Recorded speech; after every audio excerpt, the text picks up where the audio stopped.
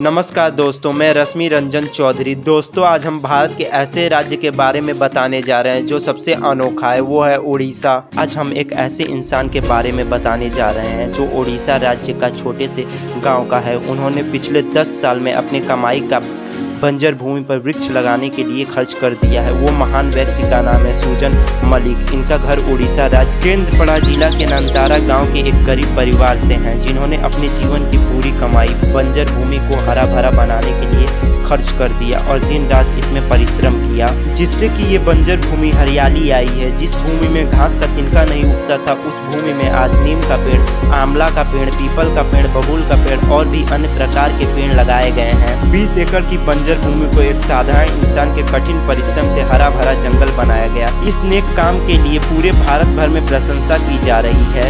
उड़ीसा की नवीन सरकार को इस गरीब व्यक्ति को सामाजिक वनीकरण योजना के माध्यम से कुछ सहायता राशि प्रदान करनी चाहिए, जिससे कि और भी यह प्रशंसनीय कार्य कर सकें। सुजन जी जैसे भारत के प्रत्येक राज्य में एक व्यक्ति होना चाहिए, जिससे कि प्रकृति में सुधार हो सके। 20 एकड़ बंजर भूमि में यह वृक्ष रोपण किया गया है, उसका नाम है चंदनी मैदान। ऐसे कहा जाए तो सुजन जी के बारे में उनकी धर्म पत्नी का देहांत 16 वर्ष पहले हो चुका है, लेकिन वो फिर भी अपने कर्तव्य निष्ठा से बंजर भूमि को 10 वर्षों में हरियाली में बदल दिया।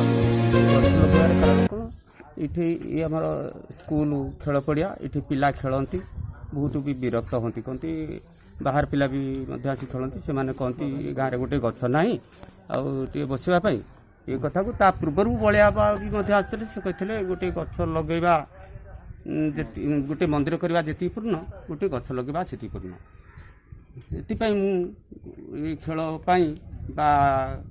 गाँव सुरक्षित गछ पिला खेल।